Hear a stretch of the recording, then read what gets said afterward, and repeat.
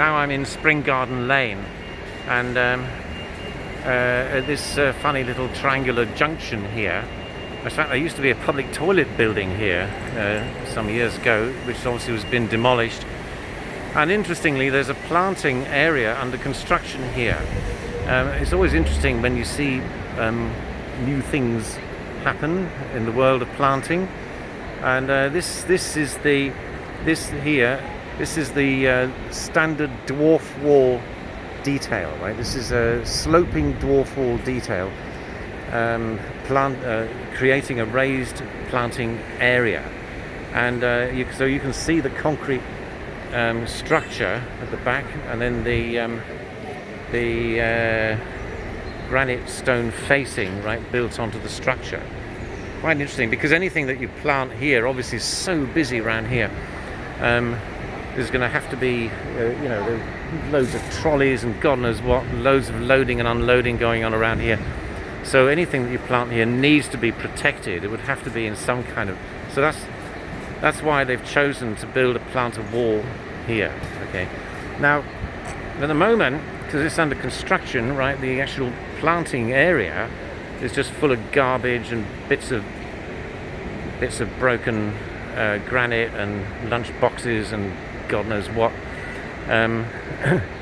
But of course that can all be cleared out and replaced with reasonable soil mix, fabricated topsoil mix, and then you can plant whatever in here. There's no sight line here really, so hopefully there will be a tree going in. We live in hope. I don't know what they're going to plant here, but I'm hoping that they will plant a tree, and as well as just shrub and ground cover planting. We'll see.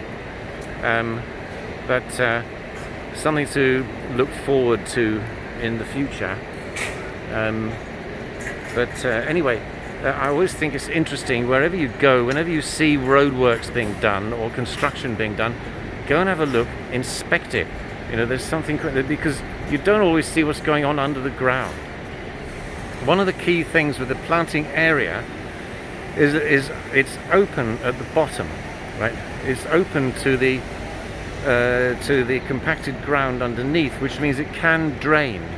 And this dwarf wall also has, you can see here, it also has these little weep holes, you see, so that the water, it's not going to get, it shouldn't get waterlogged, right? The water can get out.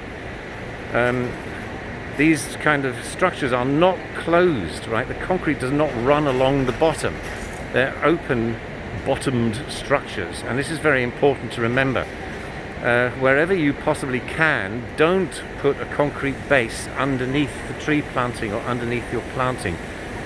Let the topsoil be in contact with the subsoil underneath, so that the water that rains onto it will drain away underneath. If that drainage can occur naturally, and the roots, can find their way out down into the even quite poor soil underneath the planting area, then that gives it a much better chance of growing.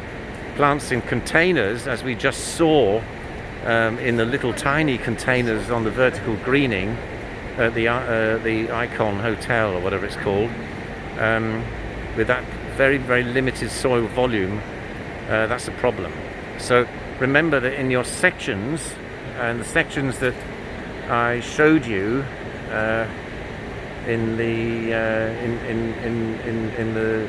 last couple of days' lectures, you'll see that the planting areas are open to the subsoil underneath. This is very important.